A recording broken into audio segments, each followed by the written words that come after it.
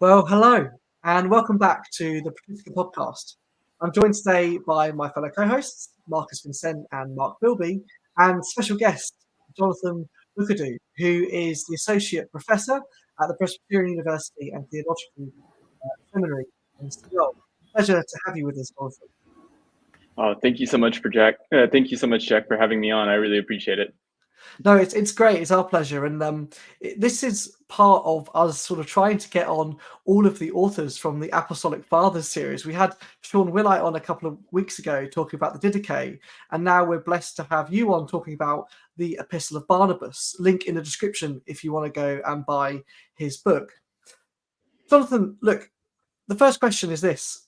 Many of our viewers probably haven't read the Epistle of Barnabas, and if they have, it's a long time ago and it's a tangential reading. It's not as interesting as Paul or the other New Testament texts, or even maybe Ignatius of Antioch from my biased point of view. So maybe you could just start by introducing us to the text. What is the Epistle of Barnabas? Sure, yeah. So the Epistle of Barnabas is a text that I think probably dates from the 2nd century. At least that's my dating. And it, again, depending on who you are and what you think, it's either a letter or perhaps a treatise disguised as a letter. And it outlines the author's belief about who the covenant people of God are, and just as importantly, who they are not. So the Epistle of Barnabas is somewhat remarkable, particularly among the Apostolic Fathers, for just denying Israel any kind of place, historical or present, in the covenants of God. But it outlines instead a belief that the followers of Jesus are the sole possessors of the covenant. And in that regard, the Epistle of Barnabas is a unique contributor, perhaps an odd contributor within the collection of the Apostolic Fathers. One that does, I think, risk perhaps getting overlooked by some of the more exciting voices like Ignatius of Antioch, but one that is still, I think, important and valuable to reckon with. And what about in terms of its authorship? I mean, it's called the Epistle of Barnabas. Did he write it? And also, one of the things that we're interested in a lot in this podcast is the integrity of a text. So is it written by Barnabas? And if not, is it one author, a couple of authors, a composite text? What's going on with its integrity? Yes, great questions. I think it's not written by Barnabas, despite its name. And I think scholarly consensus more or less holds that view, although there are some outliers who would argue that the text is really written by Barnabas. But I suspect myself that there's some knowledge of things that happened after 70 CE, and thus that thinking of Barnabas as the author is unlikely. As to how the text holds together and its integrity, for better or worse, I've argued that I see it as a text by one author, and I've argued that it kind of holds together as a single composition, even if there are some struggles with that in the history of scholarship. I guess more specifically, there's a passage at the end that refers to two ways, and that passage shares a lot of vocabulary, words, even whole clauses with the Didache, and another section on two ways. And so some have thought that perhaps the author of the two ways, or at least the incorporation of the two ways, may have come from a prior tradition, and thus that the text might not hold together as a single authored text. I've attempted to argue against that in my commentary, but I'm not sure how successfully. So perhaps we can discuss that together. Yeah, definitely. It's something we discussed a lot with Sean as well in the Didache, and whether this two ways business was a pre-Christian theme, or whether it was incorporated into both as a Christian theme, or we discussed that. So go back and watch that video with Sean, but maybe we will come onto it here. Before we go into some of the more detailed elements, though, perhaps you could just give us an overview of some of the key themes of the epistle. I mean, you mentioned, the way of life and the way of death or darkness that's present. But what are some of the other themes? Because I think as well, when I first read Barnabas, it did stick out to me as having some quite interesting positions, as you mentioned briefly on Judaism and the role of the Jews in this new religion, this supersessionism perhaps that we might talk about, and their lack of role. What other themes are going on there? What's the author really trying to get across to us? Yeah, so I think the author is trying to get across his own reading of what we might call Jewish scripture, although he would not, I think, allow that term. But if we allow the term for the sake of discussion, I think he's attempting to articulate a view of Jewish scripture that is thoroughly read in terms of a post-Christ reality. And he sees scripture as revelatory. It's a word that God has spoken. He sees scripture as prophetic. And he articulates both a view of scripture and a post-Christ reality, but also a mistaken, from his point of view, a mistaken view of scripture that is evident in perhaps Jewish interpretation, or even some most arguably Christian interpretation of Jewish scripture, in which Israel is given some place, or the Jews are given some place in the covenant.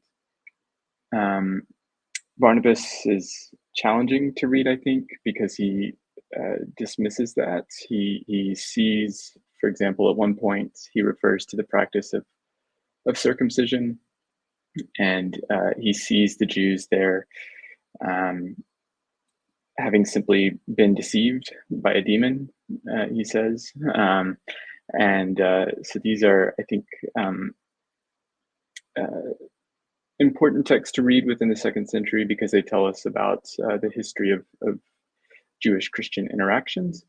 They can also be painful texts to read in light of the history of how some of those Jewish Christian interactions have unfolded. Yeah, that's really interesting, because the development of the relationship between Christians and Jews in early Christianity is absolutely fascinating, and I think lots of more work still needs to be done. I mean, I was just reading yesterday in my thesis the section about the Judaizers in Ignatius, and in the short recension there's none of that. There's no mention of the Jews, and this sort of evolution somehow that we've gone from no talking of the Jews to now we're engaging with the Jews in some sense. Lastly, before I'm sure this will excite Marcus and Mark, because again this is something that we're really interested in, is you mentioned there's lots of references to the Jewish scriptures, though, like we say, Barnabas might not want to give them that title.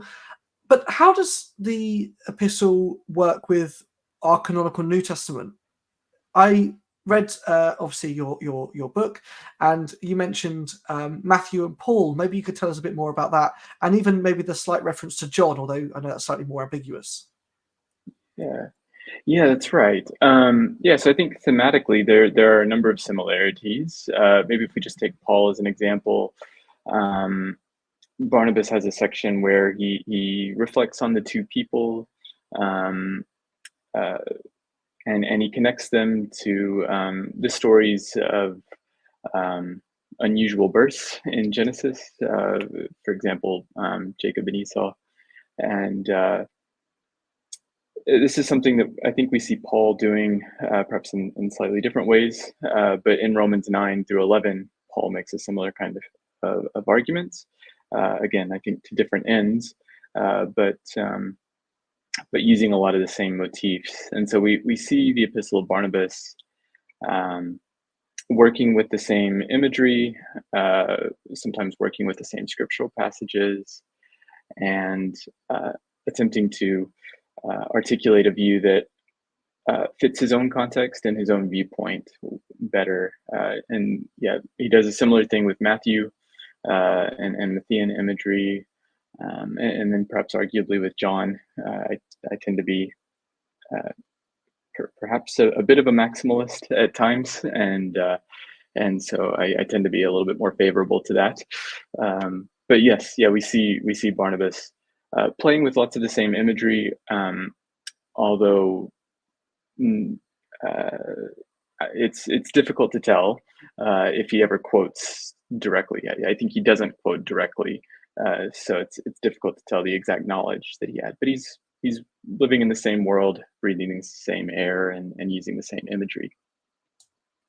Interesting.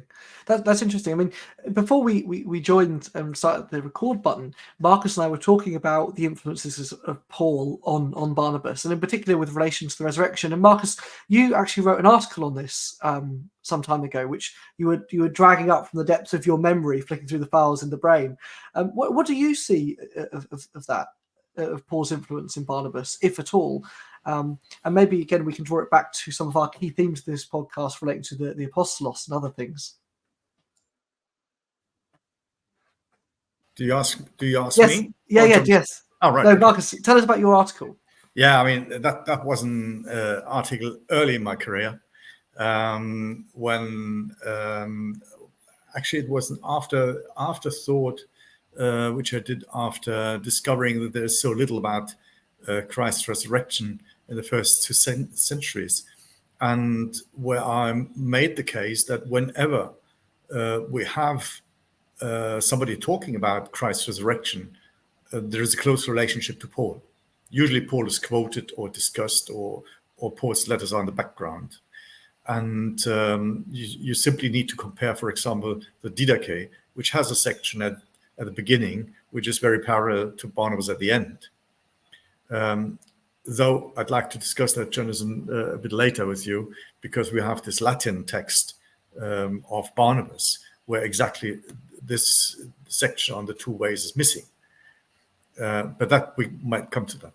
But when I then was looking into Barnabas, right, there is one small mention of Christ's resurrection in the middle of the text, yeah, where it's almost a liturgical reference to the 8th day and where Jesus rose from the dead.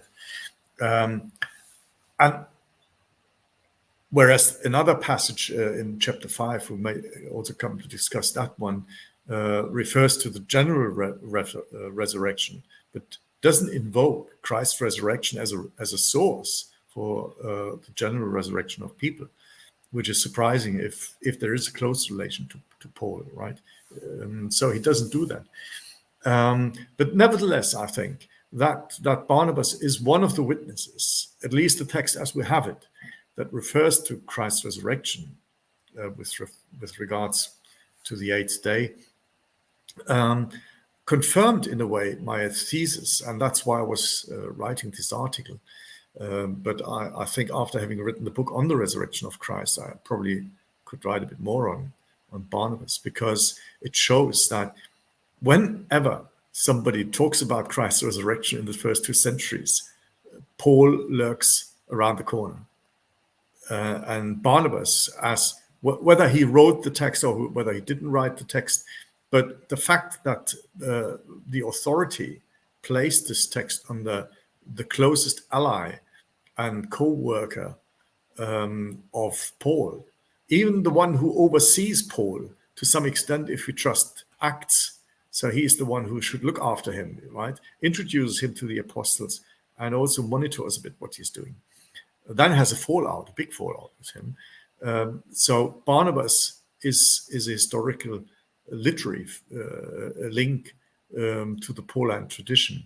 And so this kind of an overlap between talking about Christ's resurrection and Paul's message is quite, what was probably the one thing which I wanted to convey in this book about Christ's resurrection in early Christianity. And that's how I came across Barnabas. Of course, the other thing why I came across Barnabas was because I was working at the time when I wrote this article in Cambridge, and was closely related to James Carlton Patcherson. And of course, he at the time had just written his commentary or his book on the Epistle of Barnabas.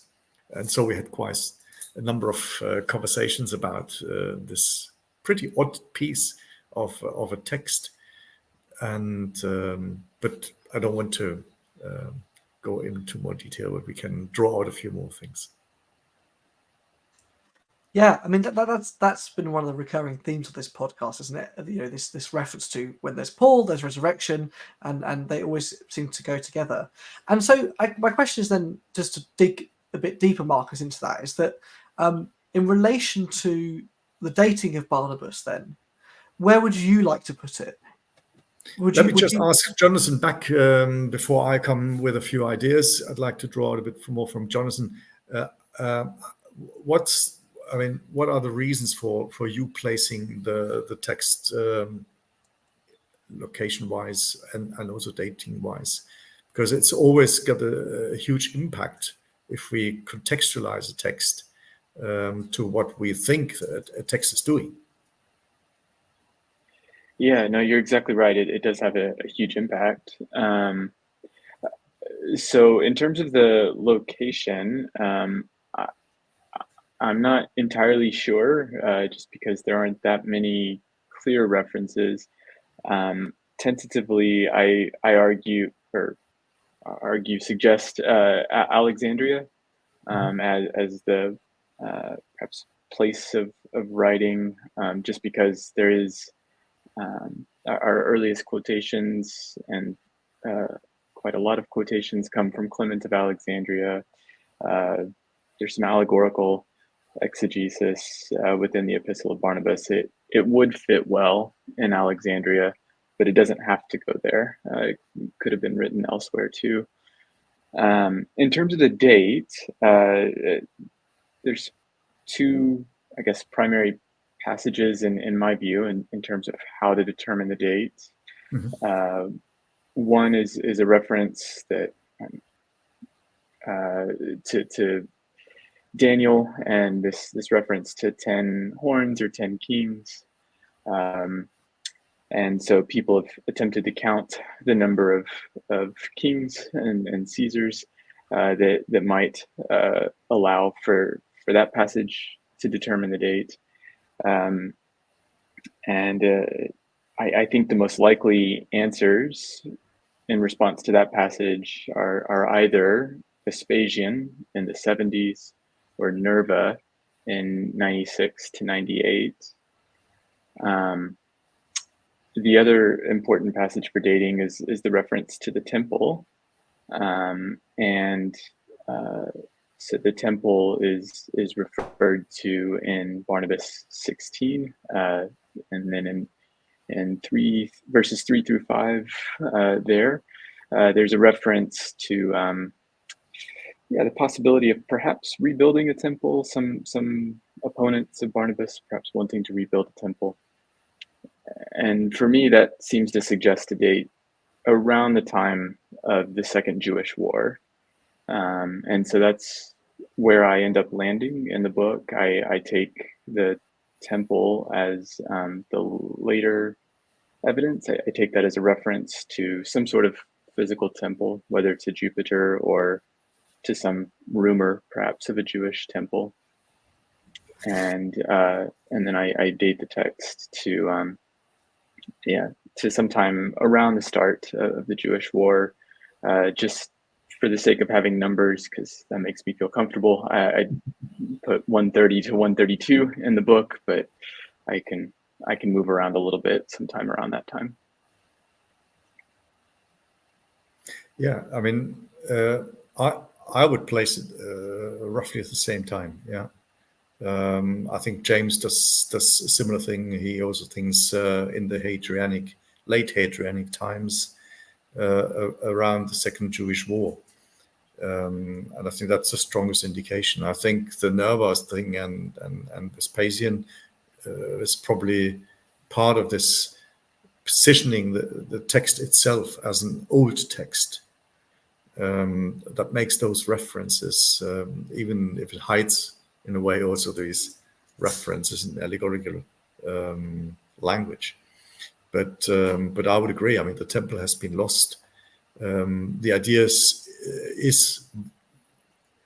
is that one thinks of rebuilding the temple, which is of course potentially one of the major issues which triggers the Second Jewish War. I mean, we even have it on the coins of Bar Kokhba that he wants to rebuild the temple. So it might even be a bit later than the beginnings of the Jewish War, but I think it is around this time. The other thing which also made me thinking of this time before the mid-second century is the close relation between this claim that you mentioned, that Christians are the only heirs of the Jewish tradition, the only legitimate ones, ties in closely with what we find then in Justin Martyr.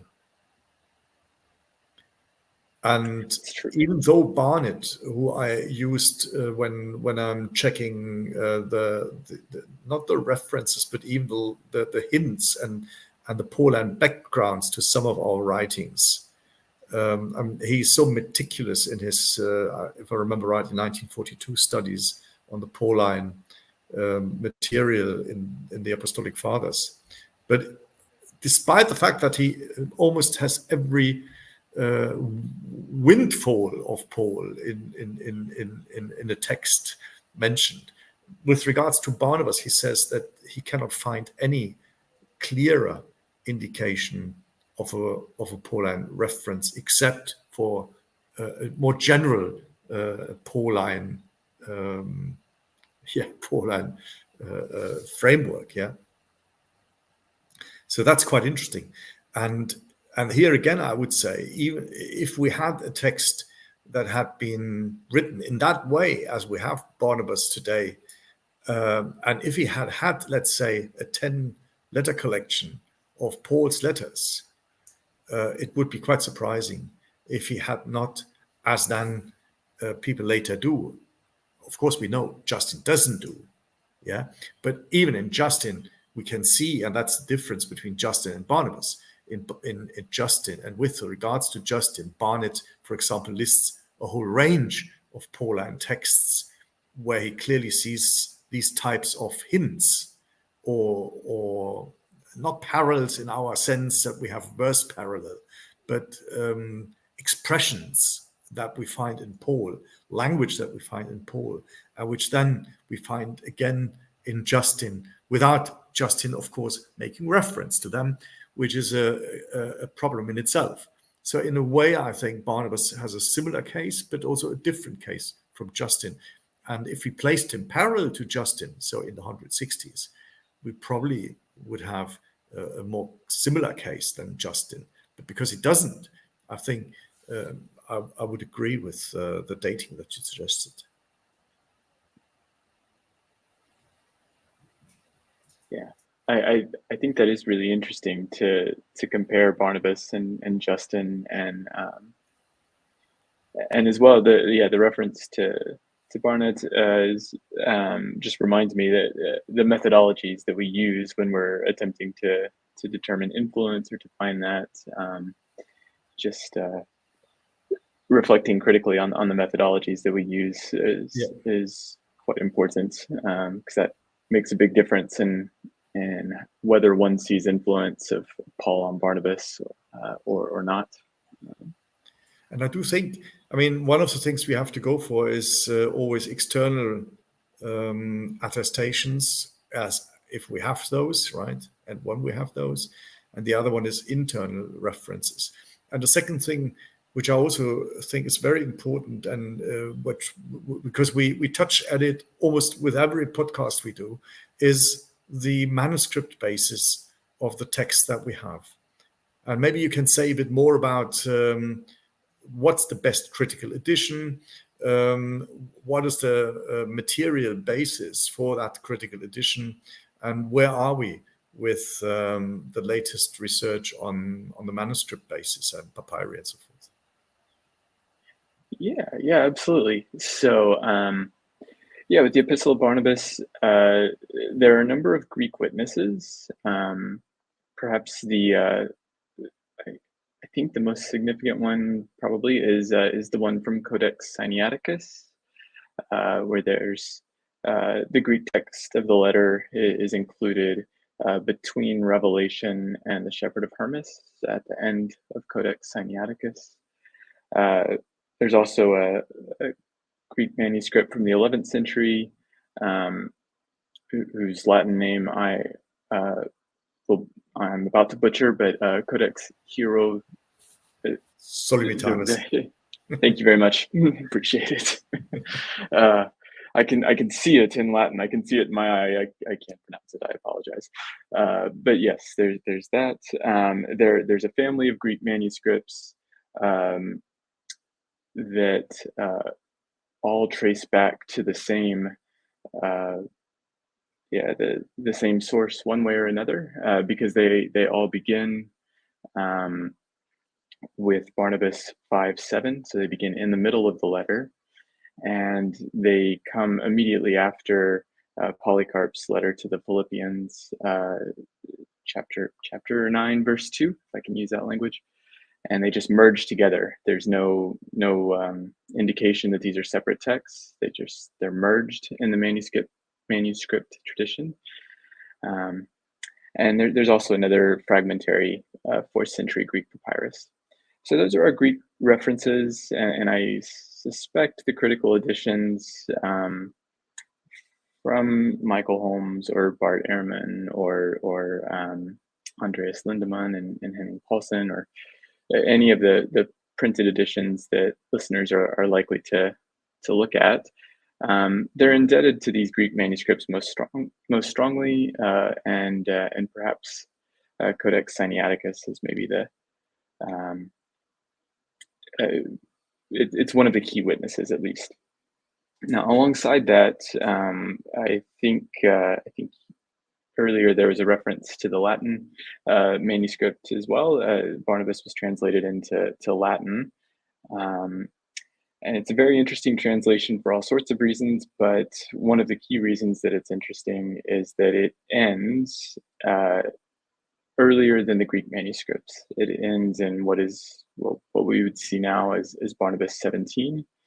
And so the two ways tradition in 18 to 20 is missing from the Latin translation. And so that's given rise to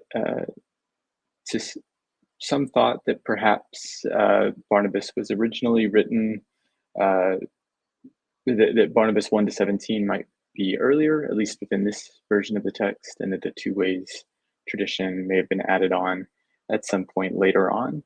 That's entirely possible. And a strong reason for arguing that is that that the Latin tradition just doesn't include any reference to the two ways. We love a bit of manuscript discussion on this channel, and for those who have listened for a long time, they'll know that Codex Hierosolymantanus also contains the Didache, which we talked about, as well as the long recension of Ignatius, which is a peculiar set of events. But I think that this manuscript tradition is also quite interesting, particularly in the case of Sinaiticus, because it has our New Testament essentially. And when I go through with our students in search of the canonical New Testament, I always bring up Codex Sinaiticus, and they say, "Yay, that's the end of our search. We found just the New Testament." I say, "Actually, no, because added on the end, we get a little bit more." And it's interesting, the reception of Barnabas, because in the early commentators, for example, Origen and Jerome and Clement, they seem to accept this epistle, both as authoritative, but also as written by who it said it was. And it's only with Eusebius that we begin to see that sort of rejection coming out.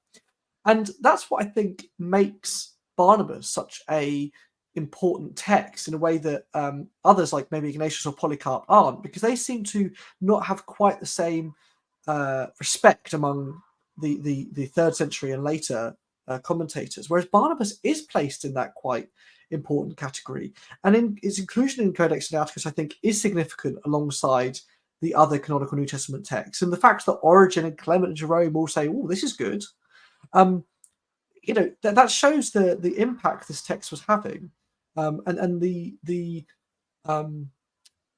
place that it held in early Christian studies. And I was wondering why you think and again, this may be open to all of you, and I don't know the answer to this question really, why it sort of began to fall out of favour a bit. Was it the fault of Eusebius, who classified it as spurious, or was it the contents? Why do you think it sort of fell out of the general? Why wasn't it canonized eventually? In our canon, why don't you think it was included? Yeah, it's a great question. I'd love to hear other responses. For myself, I suppose I'm quite happy to see Barnabas as authoritative, and to use that word. I guess I would. Maybe we can open this up for discussion. But myself, I guess I wonder, as we get into, say, even the 3rd century and just the number of citations, I wonder if it, like the Pauline collection or the Gospels, might be regarded as, I struggle with the right terms, but more authoritative or more widely recognized or more often cited or something like that, in a way that perhaps Barnabas is not, and that perhaps might place Barnabas in a category that some texts that did end up in the New Testament might also be placed in this category as well. But classification of texts that fit closer to the borders of what became the canonical New Testament, along with texts like 2nd John and 3rd John, and texts that were canonized. So I guess I do see some distinction there between texts that are very much central to what became the New Testament canon and were appreciated from quite early on and quite widely, versus a text like Barnabas that was appreciated and was authoritative, but perhaps was not appreciated quite as widely. So I've attempted to make a small version of that case in my book. I don't know how successfully, but I guess I'm curious among you what some of the thought is, because I do think there's room here for me to be to perhaps rethink things.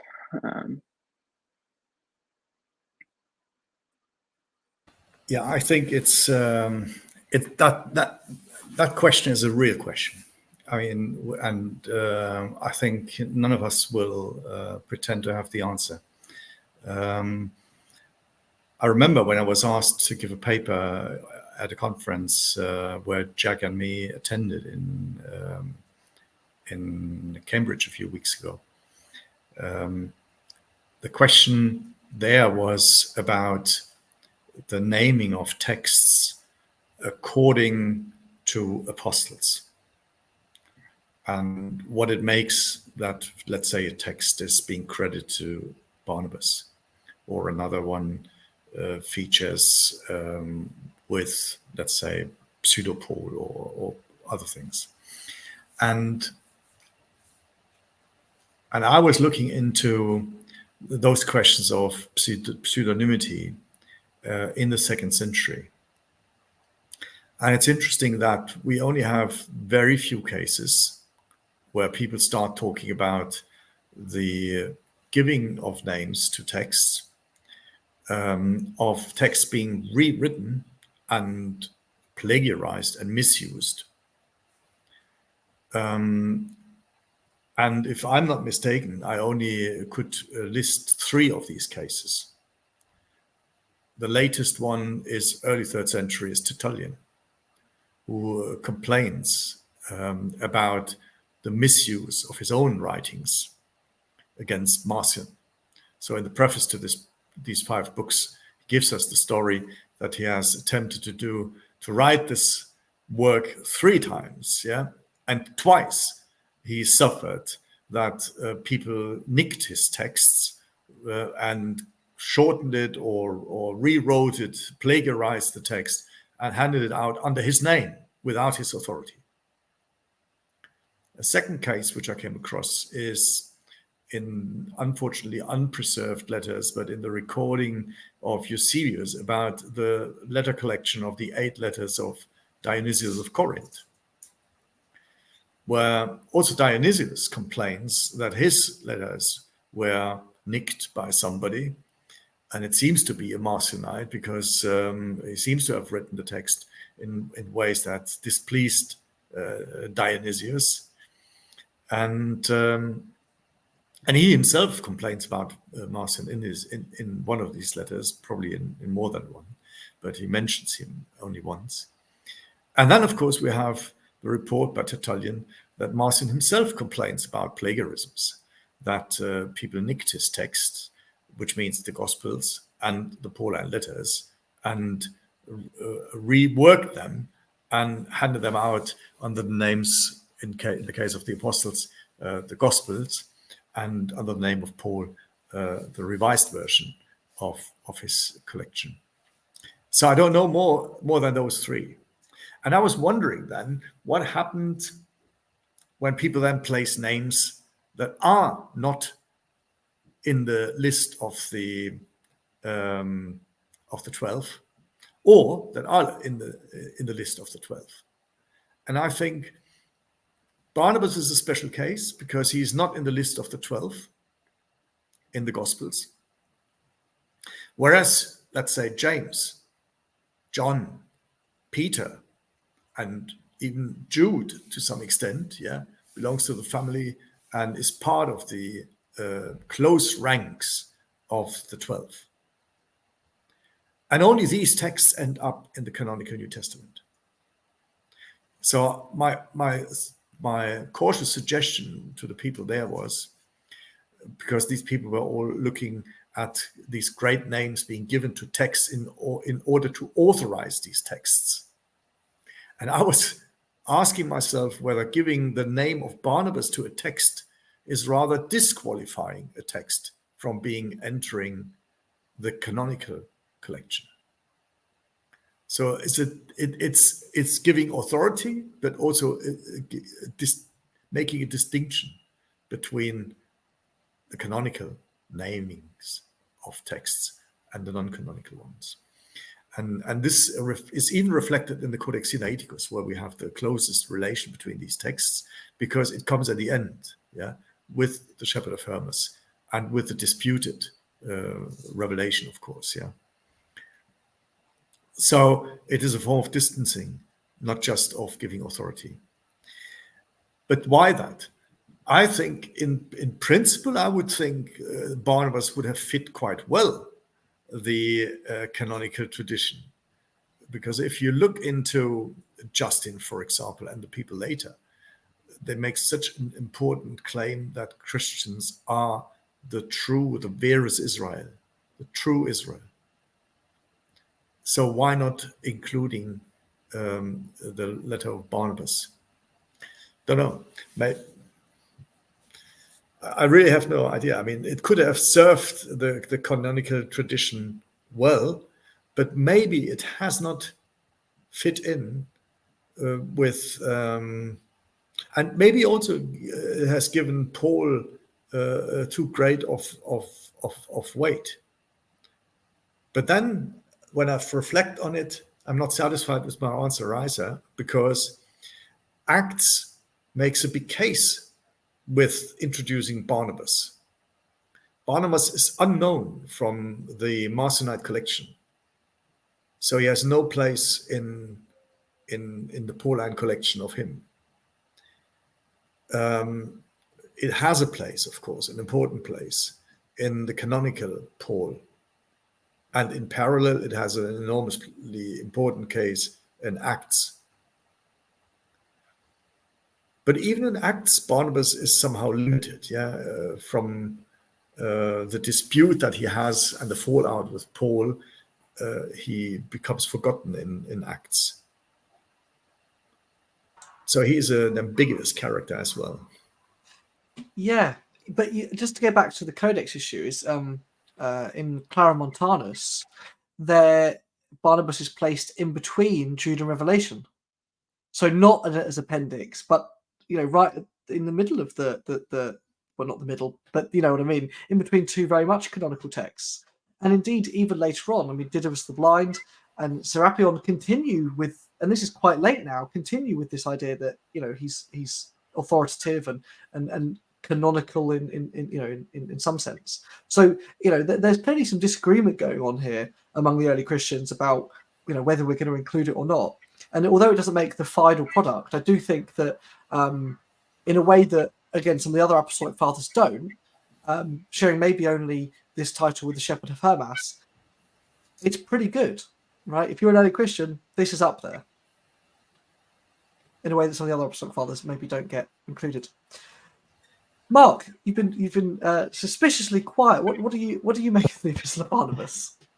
I like to do side reading too while we're talking. I'm, you know, kind of listening with both ears. But I have a couple of different questions. One is where we situate Barnabas in sort of the broader context of literature.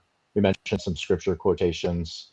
I guess Septuagintal, I would say for the most part, right? But where does it position between Septuagintal and sort of Hebrew traditions in terms of quotations?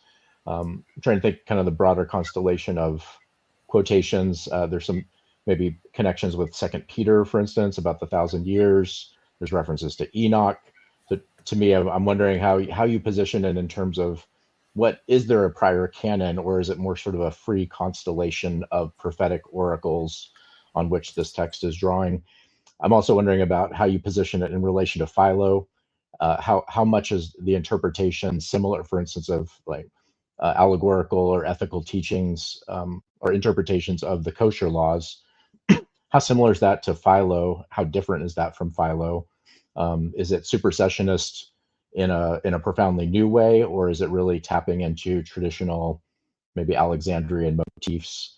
You mentioned the Alexandria connection, and I noted some connections to mention of Egyptians practicing circumcision, as well as maybe a way of contextualizing that. And then I have another, so this is like thinking kind of broadly, if you were to make a knowledge graph of all the influences of receptions, precursors, where does Melito of Sardis fit into this? And is he part of the conversation about this text as something, to me, there's a lot of interesting resonances in terms of it being liturgical, having almost a catechetical kind of feel, being overtly supersessionist, and then taken up with some of the debates about practice as it relates to Jewish observances, and then how sort of emerging nascent Christian observances might differ. So that's a lot, but go where you would like with those questions. Oh, well, thank you. Yeah, that's really really fascinating stuff to think about and to be able to discuss with you. So yeah, so in terms of what Barnabas might think of as a canon, if you would use that term, I'm not sure. I do think some of his citation practices are pretty similar to what we see in a lot of other early Christian literature. So Genesis, Isaiah, Psalms, those tend to be at the top end of the counts of what Barnabas cited. And in that regard, it's a very rough heuristic, I know, but in that regard, it's similar to looking at the back of the Nestle Aland at the list of citations within the New Testament. It kind of mirrors that roughly. But then there's very blurry borders, I think, for Barnabas. So I think there's this central kind of set of authoritative writings, but I don't know where exactly they cut off, because as you mentioned, as I think you said, Enoch is mentioned, and there are, Enoch is actually cited, although I think the citation actually comes from Daniel, but it's attributed to Enoch. And then there's other passages that sound quite similar to things that we find in what is now known as First Enoch. So there's these very blurry borders where there are prophetic citations, prophetic words, that we find in passages like 4th Ezra, and so some kind of apocryphal, well, we would, I think, now say apocryphal, if I can use that word. I don't think Barnabas would, but yeah, there's some references to that. In terms of the connections to Philo and Melito, that's I can perhaps speak slightly better to the Philonic connections, but only slightly. I think that there's some similarities in terms of the broad kind of method, if I can refer to that, the sort of allegorical style of interpretation. There is one overarching difference that comes up in scholarship on Barnabas, though, and that is that for Barnabas, Israel or the Jews have no place in the covenant, and for Barnabas, they never should have understood, for example, the kosher laws or circumcision to have any sort of physical or practical or this worldly reality. They were always meant to be allegorical. And so Barnabas sees those interpretations as a misunderstanding or a deception. Philo refers to this mysterious group called the Therapeutai at one point in one of his works that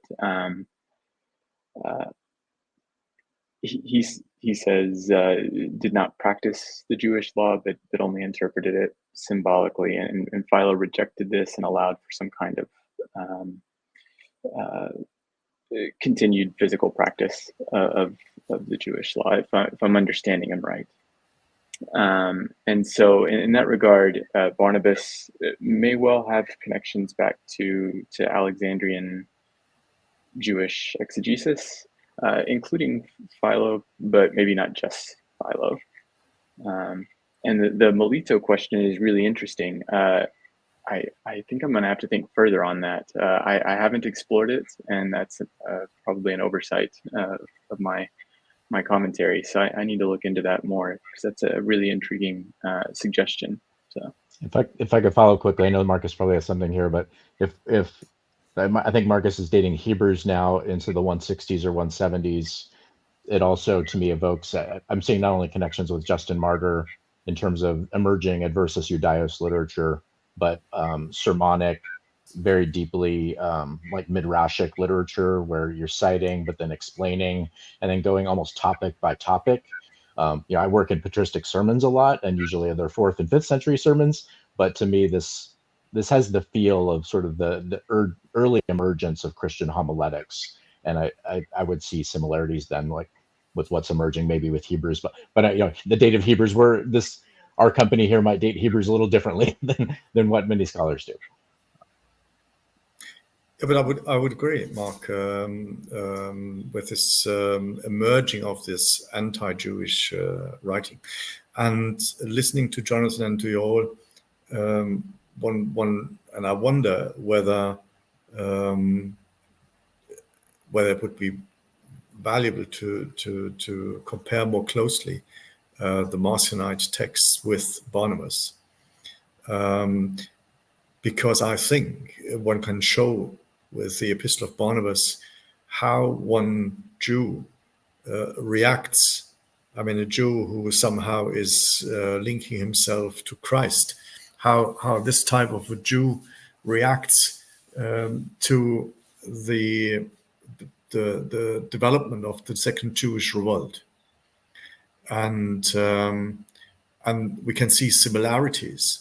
One of the closest similarity which made me think in the past that Barnabas and Marcion had some links, and that they knew each other's texts to some extent, that Barnabas might even have known the 10-letter collection of Paul, is in Barnabas 2:6, which is a very striking passage where Barnabas talks about the new law of our Lord Jesus Christ. Hokainos nomos tu kyriou. That's extraordinary. because we find that in both Marcion's Gospel, according to Tertullian, it is the Sermon of the Mountain, or rather of the Plain, which Tertullian calls the Novum Edictum, the new Torah.